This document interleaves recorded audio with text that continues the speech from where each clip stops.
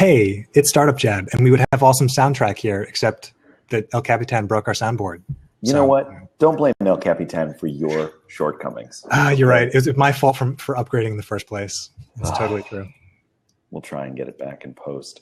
I'm Jason Nellis, as always. With me is my smarter, prettier, and better half, Teague Hopkins. Teague, say hi to the people. Hi to the people. We have a nice gathering of folks here on the live recording of the Blab, including some folks from Team Blab themselves. And actually, my stepmother, Nikki, is in the audience listening as well. So hello to her.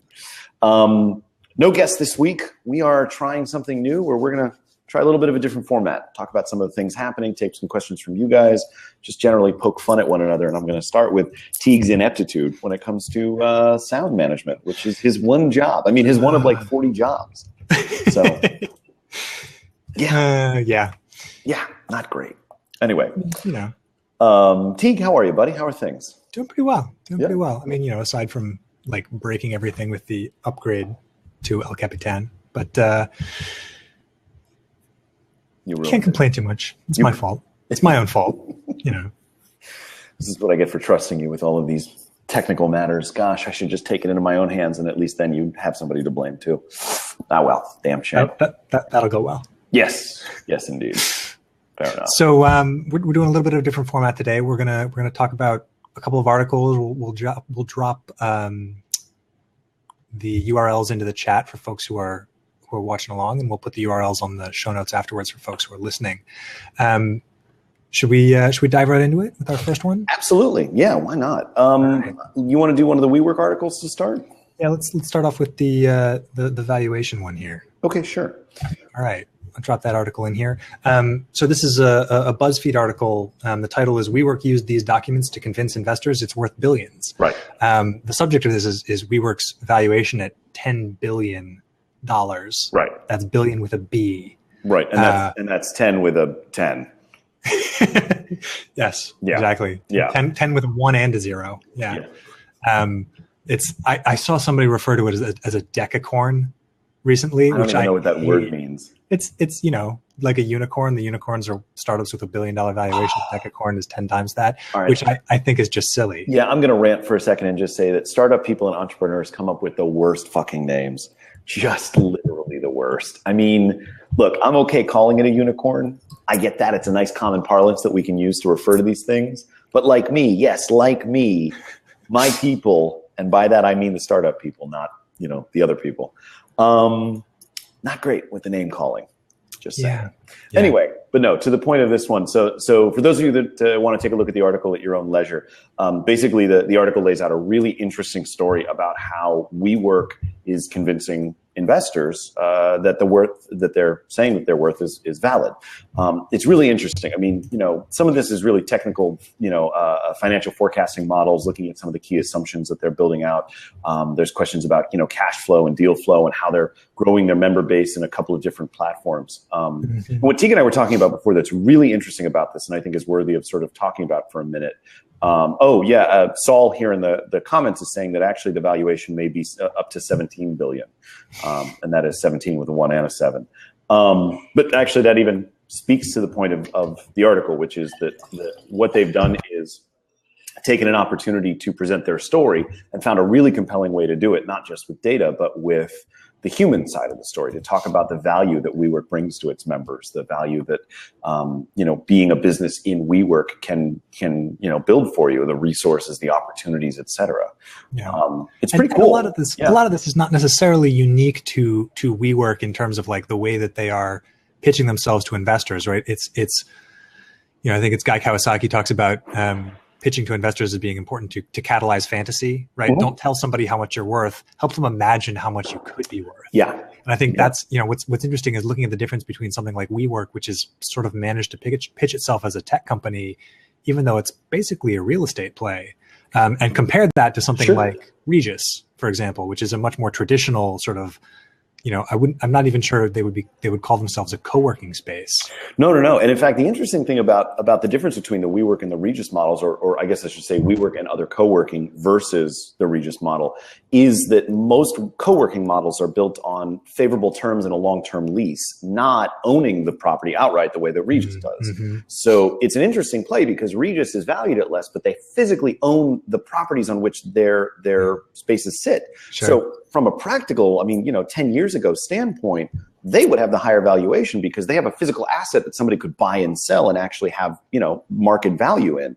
I think a lot of what's interesting about the WeWork model, and I think it's, described in this article and the insane valuations that we're seeing, is that they've proven a model where you don't have to own it. And even if you lost the favorable terms on the current leases that you have, you'd be able to find another space, and the model is proven. Come in with, partner developers who are going to take the brunt of the initial cost of developing the space, build out a network that is, thriving and powerful and growing week over week, month over month, and show off where people can build their businesses in these spaces in relative safety in terms of not feeling committed long-term to a lease and not feeling as though the resources that are available to them are going to disappear in a day.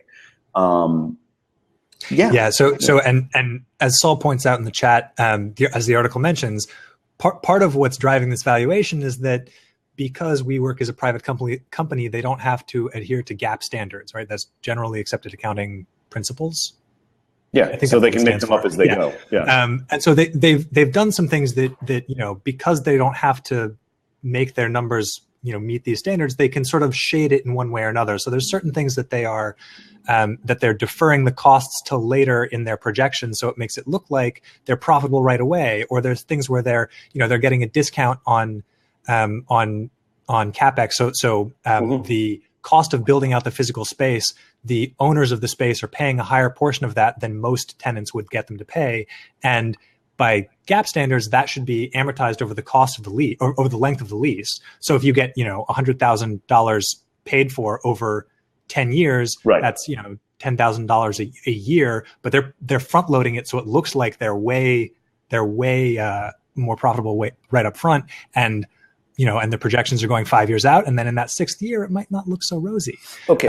Well, let me ask you a question, because you have an MBA and I have a theater degree. So this is not something that I would know much about. But it has always occurred to me that in a certain way, accounting is the kind of a thing. And I love that how many likes I'm getting on this live in this chat right now. I'm curious. Everybody likes theater more than business. Well, who doesn't really? But here's my question for you. I've always found that in a certain direction, accounting can be very creative, right? That there's in some ways a manipulability to how you present the numbers such that these kinds of stories are just as valuable and technically just as right as another perception of them. Obviously, in the end, if you're not making money, you're not making money. There's only so many ways to put lipstick on a pig. But at the same time, you can actually show that certain growth that looks good in one light looks great in another. Is that true? Yes. And so I think that part of what's going on is the, because they can talk about they have more flexibility in how they talk about their financials, they can tell exactly the story that they want to tell, right? I think that this is one of the reasons why investing in startups is limited to accredited investors, is because you actually have to do a little bit more due diligence. You have to actually dig in and make sure you understand the entire business model and where the money is coming from and what's causing those numbers.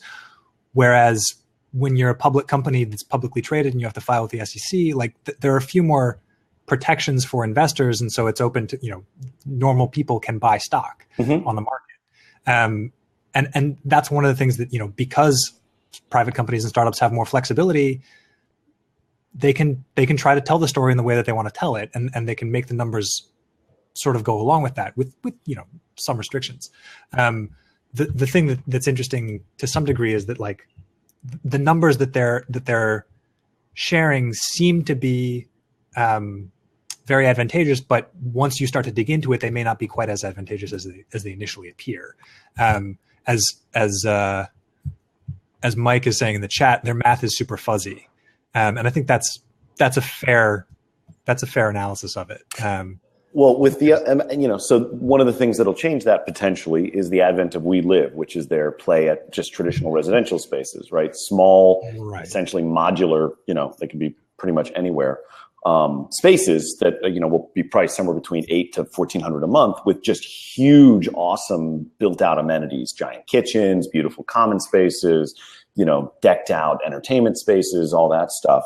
I'm in the chat, I'm seeing a little bit of a differentiation in opinion. I think that's a smart play, and I think that's where they're going to find some real strength. I think if you're playing towards, an audience in the future that is 22 to 30, that's looking to keep their costs down, they still want all the amenities of a nice space, and they want that dorm feeling in a way, with actually having the privacy of a closed locked door and a bathroom to themselves. I think that's a really interesting play in the long term to counterbalance the potential growth or even slowing down of the growth on the business side. So there's some great discussion going on in the chat here between Saul and Mike, and if you guys want to call in and have that discussion on the air, we'd love to have you guys. Absolutely. You guys join us. We can sort of summarize your points, but be happy to have you join us here. Yep. So the other thing that I think the reason why the discussion about We Live is interesting is because, hey Saul, they're going back to the sort of catalyzing fantasy, right? Like what can justify such a huge valuation is, well, okay, so what's bigger than where people work? Where people live, right? Yeah. It's an even bigger market. Yeah. We'll take that on next. And as Saul was saying, like they're kind of forgetting that like maybe that's a little bit of a different market and might not be in their wheelhouse. Sure. Well, so we've got Saul, and Mike joining us. Saul, good to see you as always. Mike's roof, okay. Mike's ceiling anyway. Yeah, Mike, we can't see you. I don't know if you're speaking either. We hear and see nothing. If you get a chance to fix that mic, let us know. Saul, what are your thoughts? Yeah, so I'm a long-time WeWork member, and I've heard about WeWork a long time ago. And as a long-time member, the rumors have been circulating for a while. And, I think like when you look at let's take Uber as an example. They're doing a bunch of stuff, but everything they're doing is in the same realm. So if it's logistics, it's about delivering food, right? If you look at Uber as a logistics platform, so delivering food and delivering people is not that different, right? When you start looking at where people live, where people sleep, and what the privacy they expect around that, and you compare that with where they work, you not necessarily, is it the same? So maybe you're right. Maybe it's about 23-year-old kids, and that's the demographic, and they're coming from college, so they never got used to not living in a dorm, so they have no problem continuing to do that. There's a lot of that like a lot of tech companies that are hiring people right out of school as developers and things like that. They're kind of trying to offer that that continuation of the dorm experience, right? Keep everybody close together. Don't make them have to leave for any reason. Offer meals on site and everything like that. But yeah, I mean, I think one of the things that makes it hard for me to evaluate is I'm not their target market anymore. I'm well past that stage, and I suspect that most of us in this conversation are. Mike, welcome to the chat. So I was going to say, Mike is the perfect person to talk about this, given his love of all things co-working. Mike, what are your thoughts?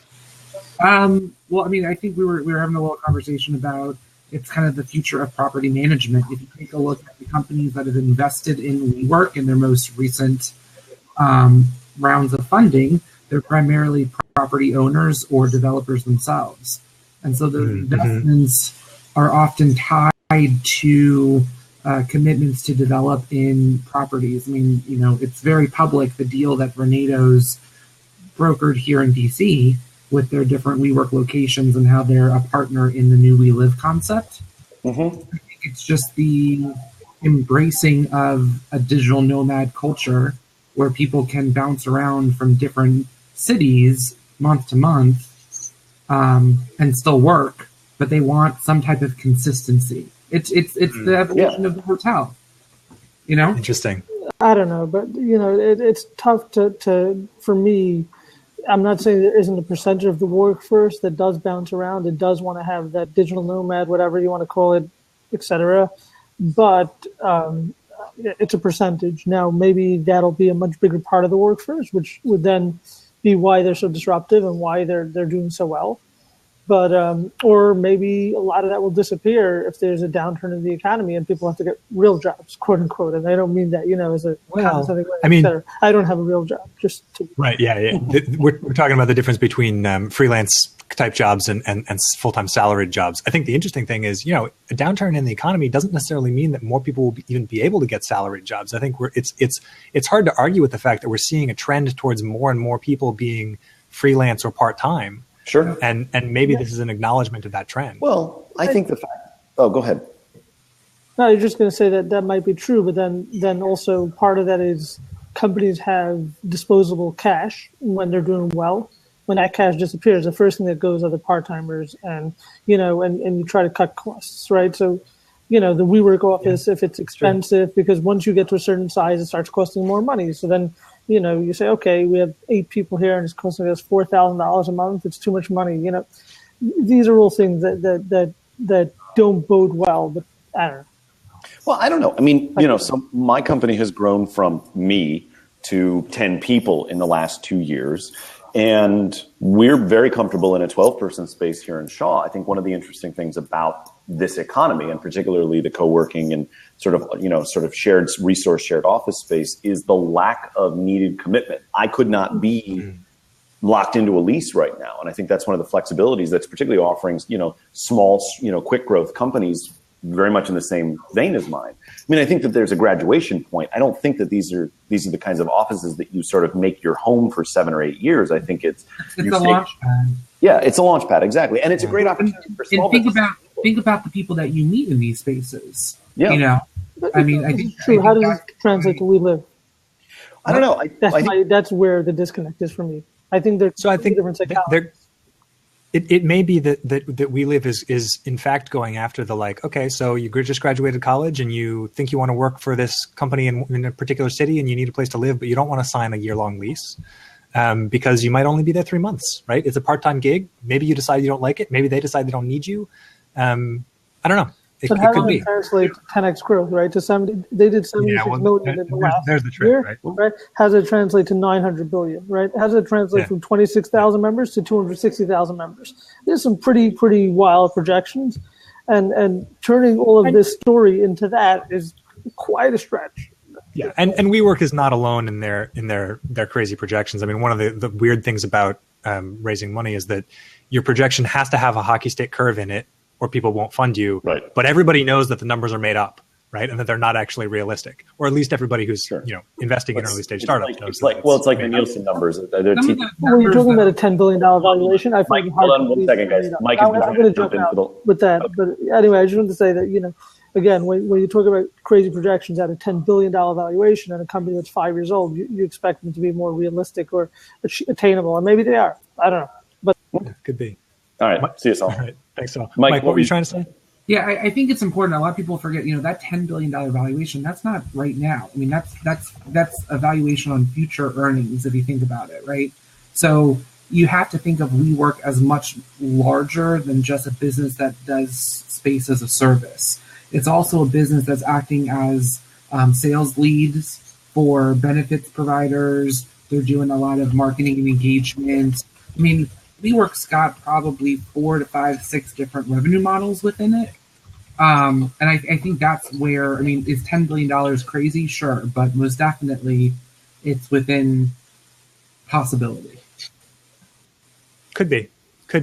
Yeah. So I think this is actually a good segue to our next story of the day. Jason, you want to introduce this one? Oh, the other WeWork one? Absolutely. Let me get there's another WeWork one? We're going to keep talking about WeWork for a little bit, from a slightly different angle. So here, I don't know why this isn't posting. All right. Well, I will introduce it while you figure out how to post it in there. Yeah. This is from an article in. There we go. What is this? Forbes? It's Fortune. Yeah. So it's an article. It's an article from Adam Newman, the CEO and founder of WeWork.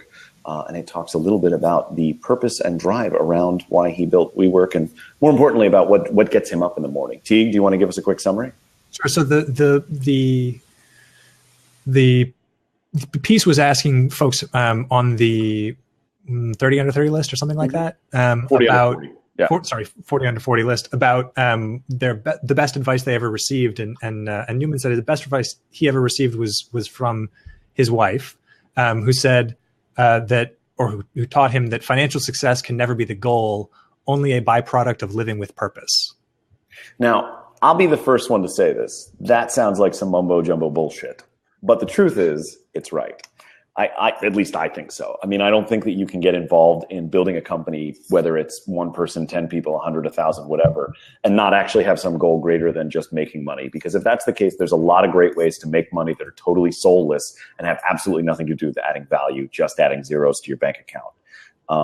I think that this is a great example of one of those perspectives that, you know, we don't often get to hear, because I think everybody is a little obsessed with money in this world, as they should be. But that ultimately, this is the heart of it. You have to have a goal greater than, you know, more money. Well, and I think it's even deeper than that. That like you can't start a business where the goal is to make money, right? Like you have to have some way that you're going to make money. Money is the side effect of creating value for people. Yeah. And if you don't have any way to create value, you just want to create money. You're basically like, okay, we're going to rob a bank. I don't know, right? Like you can't start from the goal of, let's create money and then figure out, okay, how are we going to deliver value in order to do that? And some businesses that try to start from a goal of, okay, well, let's figure out what the best way is to make money and then do that, end up sort of in that no man's land that Jason was just referring to. Well, yeah, and Jonathan's making a point in the chat saying, I think it has more to do with freedom for a lot of people who start a business, and freedom is a great reason to start a business too. It's you know, it doesn't have to be specifically a purpose-driven thing where it's about, you know, about anything in particular. It doesn't have to be about living with purpose. It can be you want more time with your kids. You want to make money on your own terms. You want to build it the way that you want to build it because you don't think other people can do it right. Any number of these are perfectly fine. I think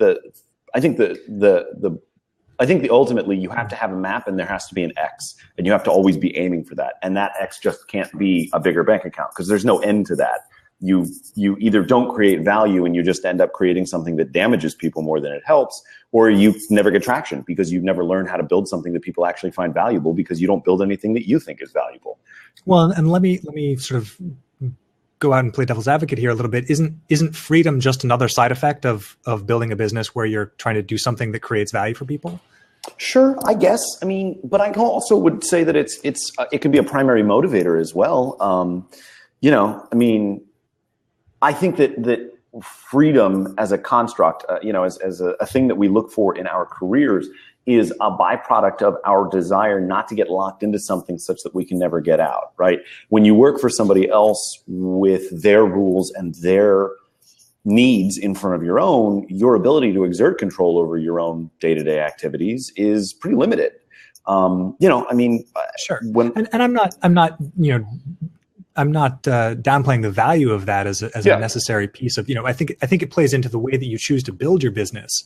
But for starting a business, you know, I guess on some level there's, you know, if you're going for freedom, you may end up doing sort of the thing that you've been doing already, but for yourself as a business instead of for somebody else. Sure.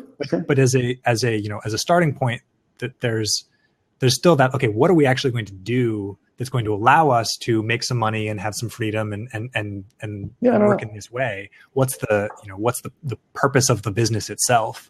I don't think that any successful business has started from the goal is to make money, or the goal is to allow us all to be, you know, to be free, to have more control over our time or things like that. I don't know. I mean, I started my business because I was looking to get the hell out of my old one. I mean, I was, you know, I don't think it's any secret. You and I at one point both worked at various times for different parts of the public broadcasting system.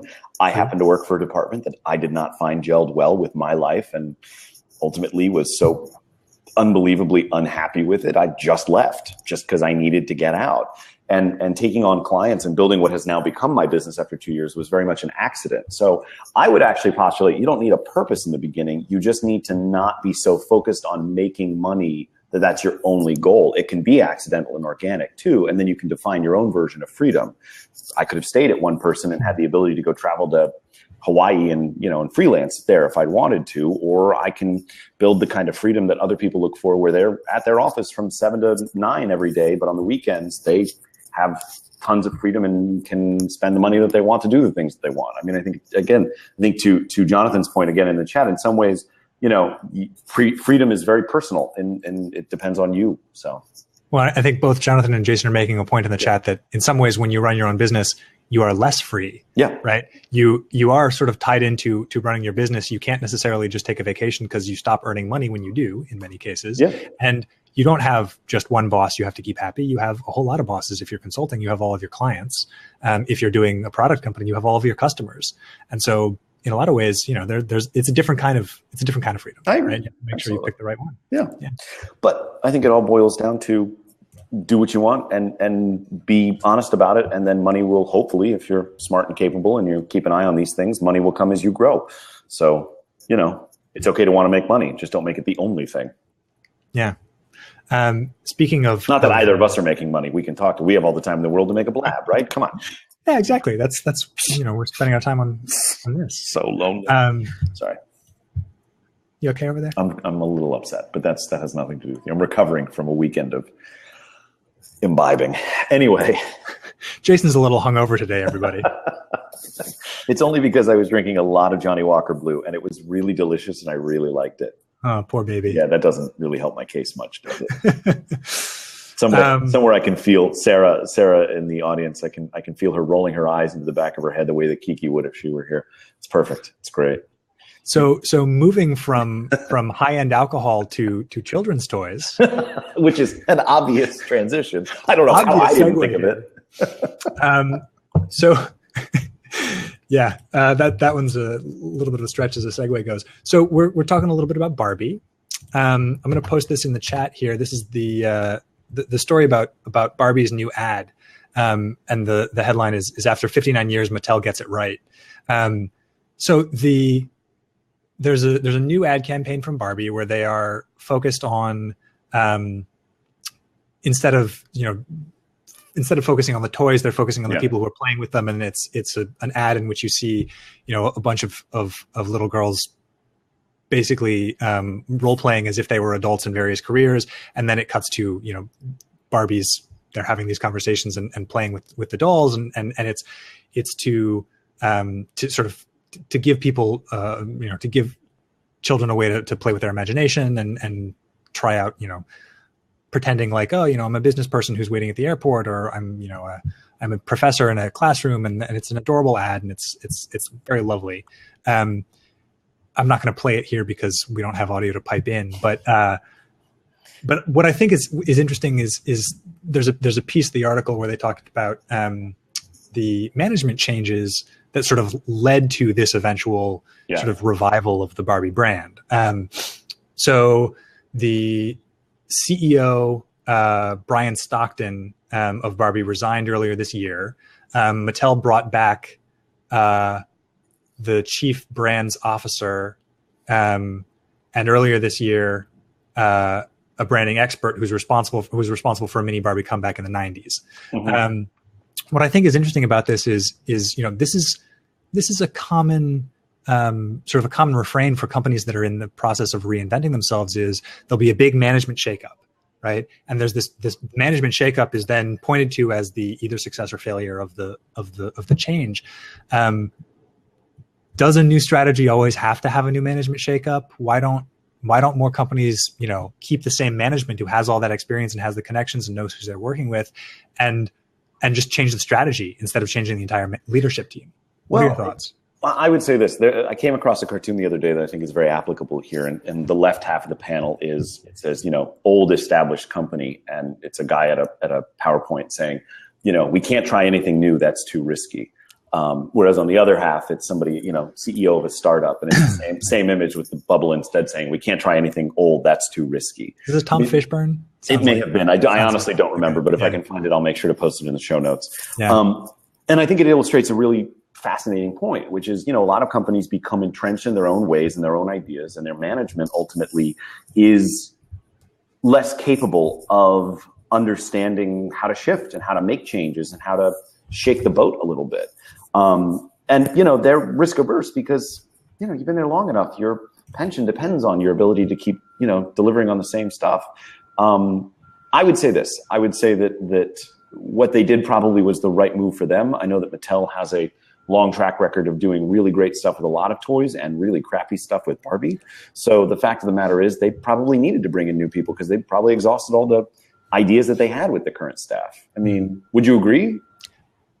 I don't know. I think that's the conventional thinking. I think that it sort of depends on whether you have folks who are in a growth mindset or folks who are in a fixed mindset.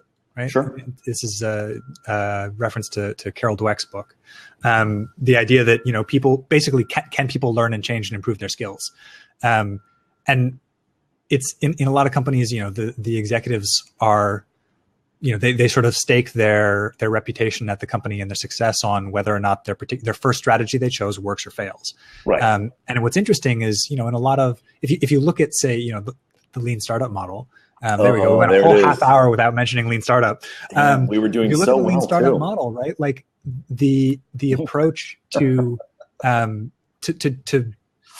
running startups in that way, you keep the management staff in place and they learn from customers. And as they get more information, they try different strategies. Yeah. And you don't say, okay, we tried that strategy, it didn't work, let's fire the whole management team and hire a whole new one. Yeah. Right. And part of that maybe it's because of founder control, right? You're not going to necessarily fire yourself. Yeah. At least not for that reason anyway. Yeah. But I don't know. What do you think it is that causes the difference between that approach in startups and the sort of, I don't know. I'm still imagining the idea of firing myself because if anybody would, it'd be me. I don't know. I think, strategy is such a creative endeavor. It's it requires so much vulnerability to do right. I think it's a real challenge. Jason in the chat is saying, when you do something that works, it's hard to just blow that out of the water and do something else. And the truth is he's right. I mean, as much as we want to say something like, oh, the Barbies have been selling badly for years, why haven't they changed it up until this point? The truth is that, if you look at the graphs, they've been slowly going down. And it's the kind of thing where you think, well, if the ship's listing to the right, we just need to adjust course and list it back. So it may be that for a while they were just depending on the fact that they felt that they could adjust course over time. I think that there's a right time to bring in a fresh perspective. I think there's a right time to recognize when your old views aren't working. I don't know that necessarily means firing everybody, but maybe you bring in outside consultation to just give you, 3 months of time to say, what are we doing that we're doing wrong? We did some work for a sports team a while back on their video platform and gave them some really interesting ideas about how they could fix it. Not because we were helping them to fire their whole team and start over. It was just, we're an outside perspective. We have no vested interest in how anybody's doing anything. Give us an honest feedback on what's working and what's not. And sometimes you just need that more than anything else. So I don't know. I think it depends on the company culture and what flexibility that a senior management team can offer. Yeah, and I think Jason in the chat Jonathan in the chat is agreeing with you a little bit. Yeah. And I think I would tend to as well. As I think often if you're working heads down on something, it could be hard to step back and think about the larger context and what other perspectives might be valuable. And so bringing in some new people can bring in new ideas. And more than anything else, I mean, even if it's the same people getting fresh perspectives, I mean, there's a reason why we do, company outings and executive retreats and that kind of thing. The intention, I think, is to get people to get out of their brains for a little bit, just to try something new. I think what we may need to do is rethink how we think about those breaks. I mean, I think that's why there's such an advocacy for vacations these days now more than ever. It's okay to take a break and let your brain reset and come up with new ideas. It's like taking a shower and realizing, here's the thing I've been trying to solve for 3 weeks. If I just got out of my brain for 10 minutes, I would have saved myself the time. Well, and even more than necessarily an annual vacation, it can be used to set aside a little bit of time every day or at least every week to step away from email, step away from meetings, and just sit and think for an hour and okay, let's think outside the box, for lack of a better phrase. That sounds so cliche, doesn't it? It does, but it's okay. For me, it's reading a comic book. It's just easier that way. You want to get out of your brain. Pick up a DC trade or maybe, like Marvel, Astonishing X-Men. I don't want to advocate. I want to advocate a specific comic book. Invincible Robert Kirkman may be worth your time. I'm just saying. That's my feeling. Got any more there? Yeah. Oh, plenty. Oh, lots.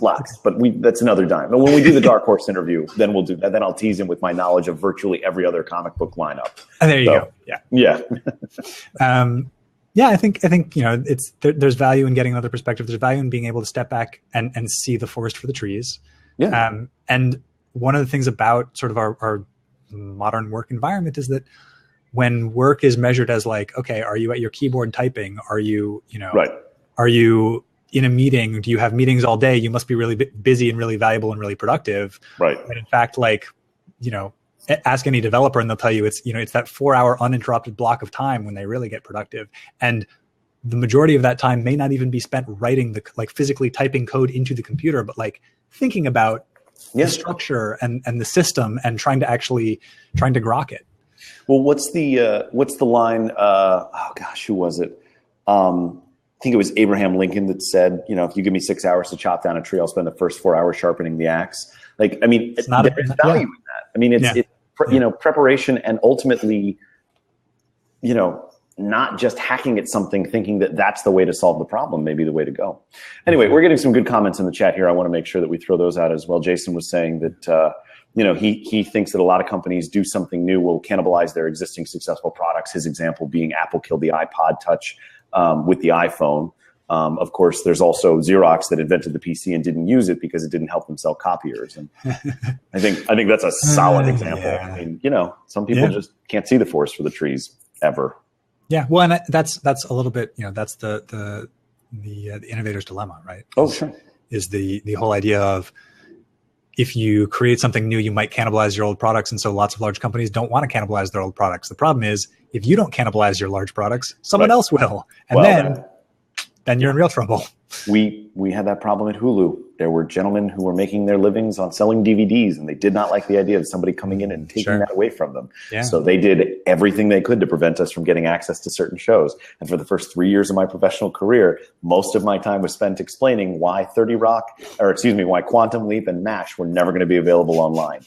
Now, of course, they are. So there you go. All of MASH is on Netflix now. You know what? It's so funny story. About a year and a half ago, I wrote an article for the Overachiever blog that was why you'll never see MASH online. It was by far the best SEO I ever did for the site because it just constantly getting picked up every time. Because everybody's looking for MASH, and that's exactly. And then they released it on Netflix, and it dove like an anchor. It killed me. Yeah. No, that's about right. Yeah, absolutely. Yeah, and as Jason says in the chat, thank goodness for big companies stagnating. That leaves more opportunity for us entrepreneurs. Damn right, because we need it. Should we do one more? Guys, if you have questions, those of you here in the chat, feel free to throw them out there. Those of you on the podcast that are listening, if you ever want to send us questions that we can address in the podcast, send us a note on our website. We'd love to hear from you too. Yeah, we'll be doing some mailbag questions in some of the upcoming episodes. So if you've got questions about your startup in particular, or you want us to answer a particular question about how we would go about solving a particular startup management or product problem, we'll be happy to dive into those. Or if you're looking for the secret to how great I get my hair and how that happens, I'm not telling you. You people figure it out for yourselves. Just ask me. I'll tell you. Yeah, Teague will tell you. I'll tell you this. I'll give you the secret sauce. It's a combination of weed whacker and just this goop I find on the side of a house. Anyway. That's the construction haircut. There you go. Nope. Teague, which topic would you like to hit next? You had a great article about personal branding, and I thought this was an interesting one because in particular, it's kind of examining the idea of the personal brand post personal brand hype. Right. So, personal branding has been very hyped in the past. It's maybe sort of gotten to the peak of that Gartner curve and now come back down a little bit. Mm-hmm. And this one sort of asked the question, do I even actually need a personal brand? Right. So tell me what you thought about the article. Well, I think this is a question that actually comes up a lot in my conversations with clients. There's a question of what is brand? Is brand something tangible? Is it more of a, how we codify a relationship? And I think that the article touches on some really, really interesting questions about what defines a personal brand. I tend to think of it as, I think we tend to try to think of brand as something distinct from ourselves, and it's not. It's just a representation of who we are. It's an interpretation of who we are. So when, this is a great example of this is Gary Vaynerchuk. He does this great article from, I think, a couple of weeks ago about where he talks about, when I get started, do I build a brand, that's really my business's brand? Do I build a brand that's me? What if I change from me to business, blah, blah, blah. And his answer was simply, it's everything. It's all linked together. And it's not, it's not the kind of thing that's just, I'm putting together a business facade so that people will eventually, buy things from me. It's who I am online. When you go and find, Jason Nellis or Teague Hopkins via Google, no matter what you find about us, that defines inherently our online brand, even if we don't think of it that way. Yeah, there's a level at which if you don't think about your brand ends up being just whatever happens to be out there. Right. Well, and the truth is that there's a great article, there's a great part of the article that I want to read it because I think it was pulled out and I think it's really important that the author noticed a paradox. The more time I spend defining my personal brand, the more contrived it feels when I talk about myself. Personal brand is not something that you artificially develop. It is the representation of who you are that people interpret and respond to accordingly. So the more authentic you are, the less you spend working on your brand, the more people will probably respond to it anyway. Yeah, I thought the 3 questions were very interesting. Answering these questions for yourself. What do you do? What are the qualities with which you do it? And what is the result or impact? And just taking some time to think about, like, not necessarily like construct this brand, but like think about those questions for yourself and actually spend some time trying to get to know yourself so that you can explain it to other people. Well, and I'd say this only half jokingly, but it is the kind of thing that you may actually want to talk about with your therapist, because the truth is that, who you are as represented by how you exist online can be a representation of yourself. So, I've never, even as a marketer, I've never built my online platforms to be anything other than exactly who I am, because it's more interesting to me to be who I am online than be some contrived version of me that's super professional and clean and always, he's the guy that you go to for blah, blah, blah. Like, I drop F-bombs in this thing more often than I can count. And that's okay, because that is the authentic me, whether I like it or not. Yeah. It's not about putting on a facade. It's about, finding the way that you can be your true whole self. I think that's, it's a lot more energizing to work in environments where you can be your whole self than in environments where you're trying to be someone you're not. Sure. Absolutely. Well, and I think too, the article is really interesting because it also talks about how hard it is nowadays to define your personal brand, because everybody else is too. That there's this sense that, back in the day, if you were lucky enough and smart enough, you could catch that early wave of people who want to define who they are and how they are online. And now everybody's doing it in a way, whether they intend to or not. So standing out can be harder unless you either do something really radical or you're just so authentic that people respond to you, which is why Teague, this is what I've been meaning to talk to you about. I really feel like you put on a facade of somebody that's really smart and a facade of somebody that knows what he's talking about. And you're full of shit, and we all know it. And this is really an intervention. I'm sorry. Totally fair. Yeah. There's a line that one of my professors in business school used, and I forget the exact line, but it was the one thing that I connected to personal brand, which was the idea that, like, you are always your brand, right? And so, like, you can't just turn it on sometimes and turn it off other times. If you own a business and you drive like a maniac and flip someone off on the road, what happens if they're one of your customers and they recognize you? Yeah. Right. Like, you can't be, a nice person and a giving person in one context and to be a total jerk in some other way, because people are going to see the jerk and they'll be like, oh, that's the real you. Right. Like and it's, you have to be consistent, and that's why it's easier to be who you actually are. Well, isn't that the truth? Really, just in life, isn't it easier to just be who you are? That's just the truth. Anytime anybody tries to put on that, that facade, that sort of acting character, be who you are unless be who you are unless you can be Batman, then be Batman. Yeah. Sarah's got it right. Or it's the be who you are, everyone else is taken. Right. You are a beautiful and unique snowflake like everybody else. Yes, right. And I think people can tell when you're putting on an act, right? It's when you think about the person who you meet in a Sure. networking context who's like working the room and handing out all the business cards and like, acting like everybody's their best friend, but like nobody actually would vouch for this person. You can kind of tell like that's not who that person really is. No. In fact, I actively stay away from those people because I know that all they will ever do is come to me for a favor, and they will never return it, and they will never want to do anything other than use me for something. And that's the problem, right? Yeah. Personal brand ends up being a reflection of somebody's desire to use other people to further themselves. It's not a desire to link all of the ships so that, rising tides raise everybody. Right. I think I think it's a real challenge. We've got some more people in the chat. Looks like we've got some interesting conversations going on. Teague, is there anything you're seeing in there that we should call out? There's a lot of discussion going on about at-home IT, which is, I think, more than we can dive into in the time we've got left, but would make a great subject for a future show. So we should. We'll earmark that. Absolutely. Mark that.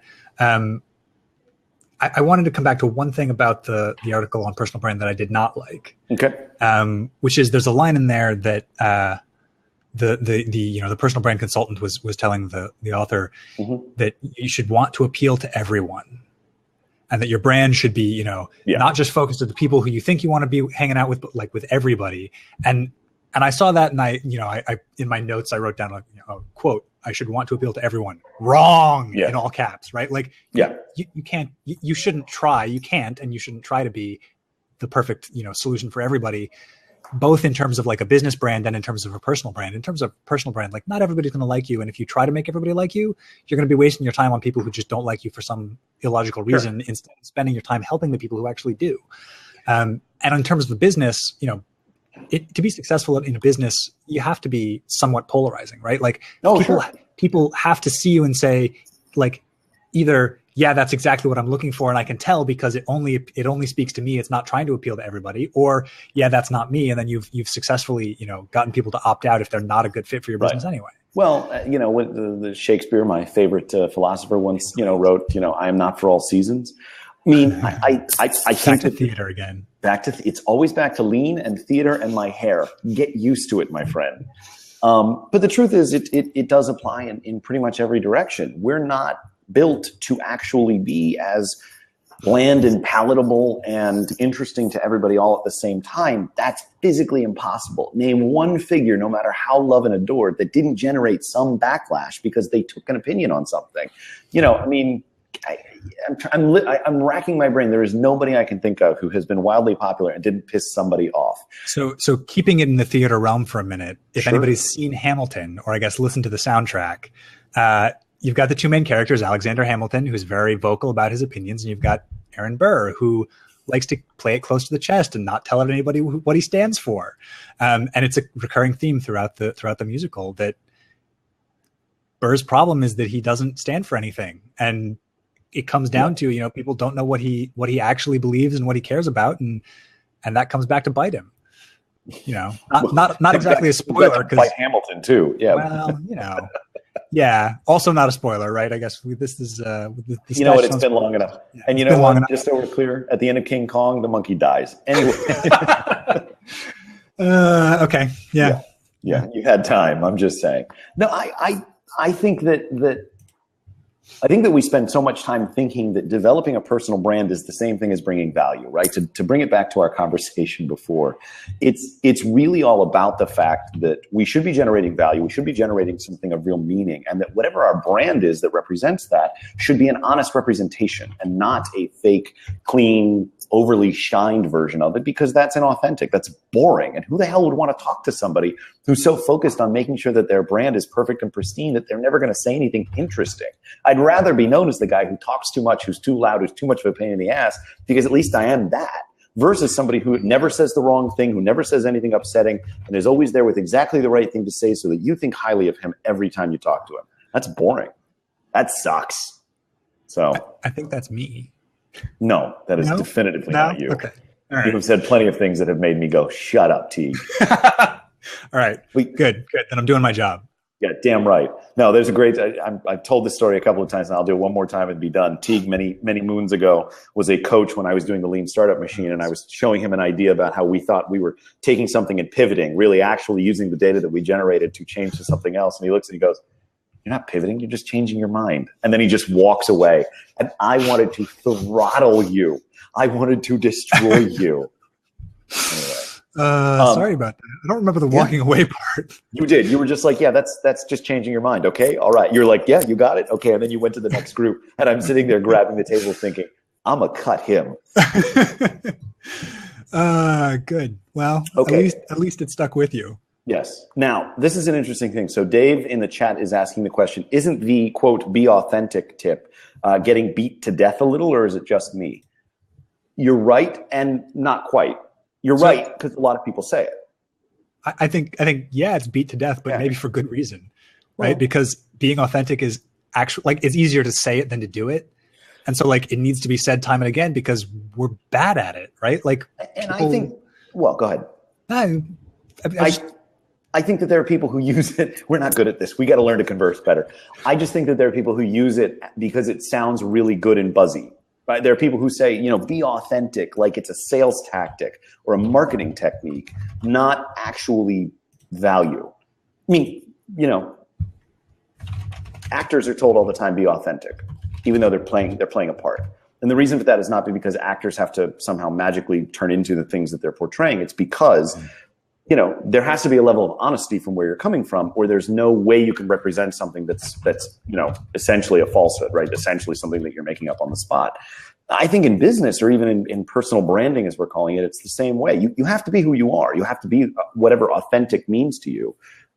It's not about there being that many fakers per se. It's just a lot of people will say be authentic as a sort of a sales technique, but it doesn't actually hit home. At least I don't think, and I don't think anybody's being ignorant. I think it's more along the lines of just you're probably honest in who you are, and if you've missed people not being honest, you're very lucky because there are people out there who they use that as a Shooter McGavin. How you doing? Okay, all right. I'm going to meet you. We're going to be authentic and have a great conversation, and you don't want to kick them in the face. So, all the world's a stage, right? And all the men and women in it merely players. Yeah, we're all playing a part, and that part gets, if we practice being authentic, that part gets closer and closer to our actual true selves. Sure. But we're all playing a part. So Jonathan's question, I actually want to apply to you, T, because I think this is an interesting question for you. How would you apply this concept of authenticity to somebody like Steve Jobs? So I hate answering questions about Steve Jobs because Steve Jobs is everybody's favorite example, and Steve Jobs is an outlier, right? Like doing stuff like Steve Jobs won't make you successful like Steve Jobs. Getting that lucky might, right? And that's true for most people who are real outliers. I think that, I don't know, apply it in what way exactly? I mean, well, I think the question is, was Steve Jobs authentically himself? And do you think the representation that we saw on stage, at Apple was the same Steve Jobs that people would see behind closed doors? I have no idea. Yeah. I mean, I don't personally know him, so I don't think I could judge that. I would be pretty surprised if that level of polish were just his natural way of being, but who am I to, maybe it is. Maybe he prepares for every conversation to that degree that prepared, past tense. Prepared. Yes. Yeah. Sorry. Yeah. Maybe he prepared for every conversation to that degree where a conversation with him was the same, whether he was on stage or not. I don't know. Yeah. Fair enough. Well, and I think I think to your point about not being able to know, I mean, Brad in the comments is saying that he's heard firsthand from people about stories having seen him behind, closed doors, and that he was pretty spot on. And, maybe that's true. Dave had a question though about if people think that their own personality is boring, then why create a character? I think we want to be liked. Yeah. I mean, I think we want to feel comfortable. I don't know. Yeah. I think, I guess for me, the answer would be because we don't like who we are, or we can't accept it, or we don't want to acknowledge the things about ourselves that we don't like, let alone other people. Yeah. I mean, a lot of it comes down to fear, right? Sure. The social ostracism triggers the same physiological response as actual threats to our life, to our physical life. Sure. And so, we're very afraid of not being liked. And that drives us to do a lot of crazy things. Sure. As I'm sure most people who, and anybody who remembers what they were like as a teenager can probably remember the crazy things that they did just in order to be liked. Oh boy, isn't that the truth? So there's a question in the chat I also want to get to from Brad, who, full disclosure, is a friend of ours. Hi, Brad. And he asks, how do you do the be authentic thing? How do you do be authentic with your personal brand and perhaps also with the brand in a bigger company? So, balancing who you are and how you represent yourself within the context of a larger company that you're also part of and also have to represent. That's a good question. I think part of it is just recognizing that state first. I think you have to be... Knowing is half the battle. Sure. I mean, you have to know... Half the battle is red and blue losers. Yeah. I mean, I think you have to know who you are and what you represent to the company. I think you also have to feel confident that what you're bringing to the table is more than just being a cog in a machine, right? You represent a certain aspect of the company, and you have a perception of it that few others, if any, have. And you have to be okay with that. At the same time, it's important to be a team player. I think, I don't know. Yeah, I mean, I think you have to sort of balance the independent with the team. What do you think, Teague? I think you said it. Oh, God. See, we can't have conversations like this. we need to pick opposite sides of a story. Yeah. God, get it right. You're so terrible at this. See, I'm taking the opposite side of what is the truth. Oh, I see. I'm a faker now. See, but then you undercut yourself by admitting the opposite was the truth. I think I undercut myself constantly, and we're just seeing the latest example of it. Only in my pricing. Too hard on yourself. It's true. Too hard. Yeah. Well, so another question on this. We all sometimes have to put on the enthusiasm act. Is that being inauthentic? Maybe.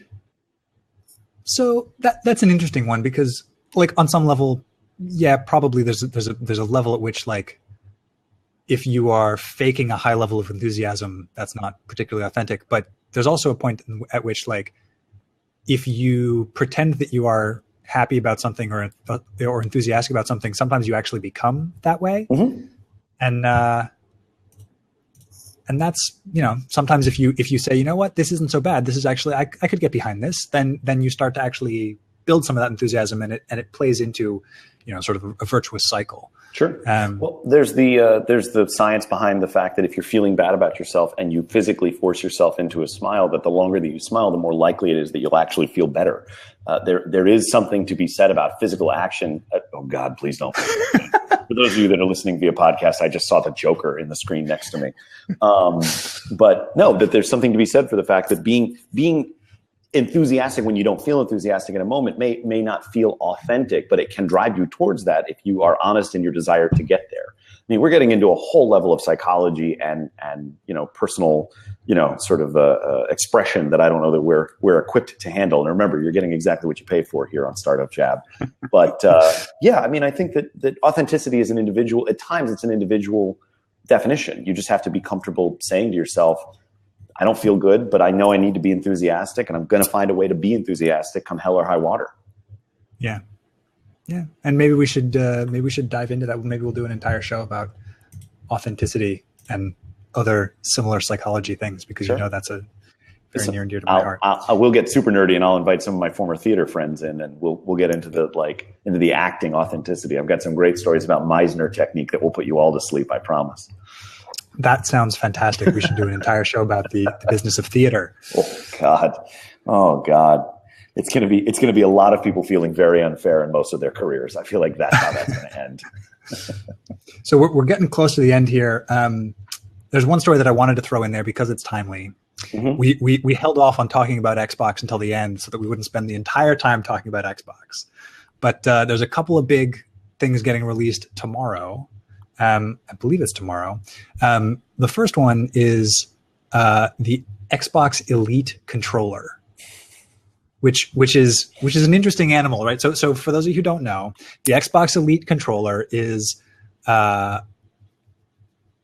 People are asking in the chat, what is Xbox? I think Xbox, the gaming platform. Am I being punked? Is that what's going on here? Okay, good. All right. Just want to make sure I don't have to actually answer that question. Okay, so the Xbox Elite controller is a new controller from Microsoft. It's $150, which is a pretty steep, price point. It's the idea is it's better materials. It's more tightly constructed. It's more configurable. It's really targeting the kind of folks who would go out and buy a custom controller from Scuf or one of the other companies that tailors controller, that takes Xbox controllers and mods them for folks who play esports. So you can change the height of the thumbsticks. You can add paddles on the back that let you move the buttons from the front to the back, and you can the triggers are configurable so that you can change the throw distance and things like that. You are geeking out right now. I am a little bit. And so this is like part of it is I look at this thing and I'm like, yes, I want one, right? I must have that. Although like, I don't think I want one enough to drop $150 on it right away. But I think it's an interesting play for Microsoft because this is an area of the market that's been being served by aftermarket companies. Like they'll go buy an Xbox controller, use the innards, and put like, you know, new higher quality materials around it for people who really care about, you know, the quality of it. And to some degree, it's like, you know, if you type all the time, you want a better keyboard than whatever, you know, crappy one came with your computer. If you're a musician, you don't use whatever the cheap, you know, starter guitar is. You actually go out and find something that's really great. If you're a professional, you know, esports player, if you're a professional video game player, like gamer, you want good tools. And even if you're not a professional, maybe you want good tools because you enjoy it and you want the feel of something, you know, a little more solid and a little more well constructed. Well, the one thing I will say is I think it's a step towards the legitimacy of esports and professional video gaming. I would certainly look to that as being a good sign that those that, you know, that decide that, you know, as that market grows and there's opportunity there, that taking that seriously and investing, I mean, making an actual investment in that is fine. You know, it's not going to be good for the casual player who's, you know, like me, I play Grand Theft Auto every now and again, although I haven't really touched it in a long time. But I think that there's some value in that. I think it's going to be really hard to generate any kind of interest for that in the long term for more relaxed casual players. At the same time, if, you know, look, we buy stuff from the NFL, the NHL, MLS all the time. That's, you know, sort of the authentic, you know, official blah, blah, blah of this sport. If there's an opportunity to get in early on that market to really build that out and own and control it, there's a huge opportunity there. And for the people who do want it, like yourself, where you know, you're okay spending $150 on a controller because it'll allow you to get. Maybe I'll wait for it on sale. So the other thing is it comes out. Also coming out tomorrow is Halo 5, right? Also from Microsoft, you know, 343, which is a subsidiary, and so they're releasing both of these together, and Halo 5 is also making a big play for esports, right? They're building it from the ground up to be an esport. It's very, you know, competitive and has a lot of the, you know, the features that make it evenly balanced and fun to watch for spectators. Mm-hmm. And today, in fact, was the review embargo for Halo 5. So today, the first reviews of Halo 5 came out one day before release, which, you know, could be a good sign or a bad sign. It looks like it was mostly a good sign. Looked on Metacritic, it looks like it's pretty well received, like an 86 overall, 30-something positive reviews, 2 mixed and none negative. I'd say that sounds pretty solid. Listen, I'm sure there will be some bugs to work out once they get, you know, everybody on the multiplayer. They'll have to do some iteration, but when you end up buying it and then you stay at home for 3 weeks straight and end up with a beard 10x the size of mine, I should say 3 months, because it'll take you 3 months to do all the fun stuff that'll be in that. Then we can talk about it, because you'll be super obsessed and know everything about it. It'll be super great. Well, I did order it today. Of course you did. I'm super proud of you. I'm not getting on opening day, you know. Amazon Prime, in fact. So here's another interesting bit. Amazon Prime apparently gives you random like Prime discounts on certain things, including a number of video games. So I got $10 off my copy of Halo 5 just because I'm an Amazon Prime member. Neat. Yeah. And wasn't aware that was something that they were doing. I buy all my stuff for my office on my Amazon card, so I get a ton of points. So I can just go buy a ton of ridiculous stuff anytime I want. It's super awesome. So you can just go get Halo 5 for free, right? Just spend points. Yeah, actually I could. It's pretty awesome. Come play with me for 3 months. We'll grow giant beards together. Oh God, my beard's already big enough. No, actually, I'm holding out for the Dell.com deal on midnight after Thanksgiving for $300 for the Xbox with a bunch of upgrades and custom controllers and such. See, that's the difference. You're an early adopter. I'm a deal waiter. I see that. You know, I'm more of an early adopter with video games than probably with most other things. Yeah. But there are certainly people who are there before me, right? You know, I waited for the reviews before I pre-ordered. I'm sure there's tons of people who pre-ordered before the reviews even came out. Well, I think on that note, it's probably time to wrap. I know that. I think it is. Yes, indeed. We're at our time limit, and unfortunately, we have no soundboard today, so we don't have outro music to play. It's all right. Let's do this first.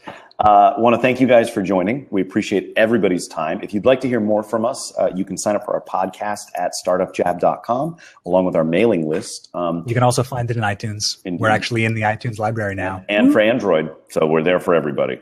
Yep. In addition, this may be a little premature, but we're hopeful that we're going to be adding some new people to help with the show.